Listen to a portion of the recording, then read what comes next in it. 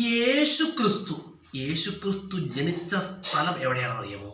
യേശുക്രിസ്തു ജനിച്ചത് ബത്ലഹേമിലാണ്. എവിടെയാണ്? ബത്ലഹേമിലാണ്. യേശുക്രിസ്തു ഏതു പേരിൽ അറിയപ്പെടുന്നു അറിയാമോ? യേശുക്രിസ്തുവാണ് നല്ല ഇടയനെന്ന് അറിയപ്പെടുന്നത്. നല്ല ഇടയനെന്നറിയപ്പെടുന്നത് യേശുക്രിസ്തുവാണ്. അതുപോലെ തന്നെ ലോകത്തിൻ്റെ വെളിച്ചമെന്നറിയപ്പെടുന്നത് യേശുക്രിസ്തു. ലോകത്തിൻ്റെ വെളിച്ചം യേശുക്രിസ്തു. അതുപോലെ തന്നെ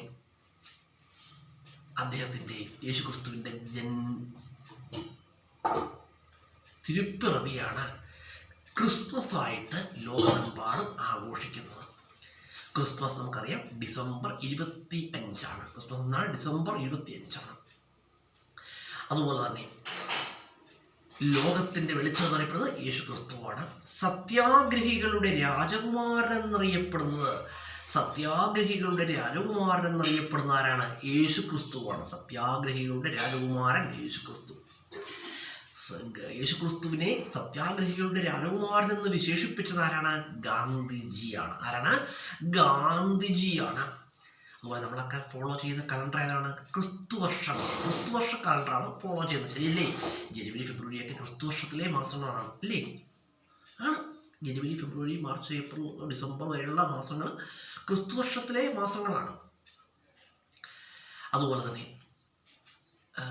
പറയുകയാണെങ്കിൽ ക്രിസ്തുമത സ്ഥാപകൻ ക്രിസ്തുമതസ്ഥാപകനാണ് യേശുക്രിസ്തുവാണ്.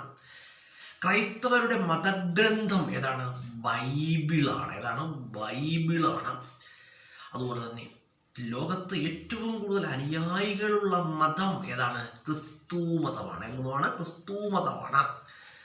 അതുപോലെ തന്നെ ഇന്ത്യയിൽ ഏറ്റവും കൂടുതൽ ക്രിസ്ത്യാനികളുള്ള ഇന്ത്യൻ സംസ്ഥാനം ഏതാണ്?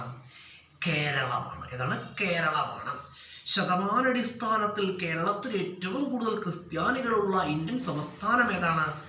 നാഗാലാൻഡാണ്. അതുപോലെ തന്നെ ഇന്ത്യയിലെ ആദ്യത്തെ ക്രിസ്ത്യൻ പള്ളി ഏതാണ്? Saint Thomas church.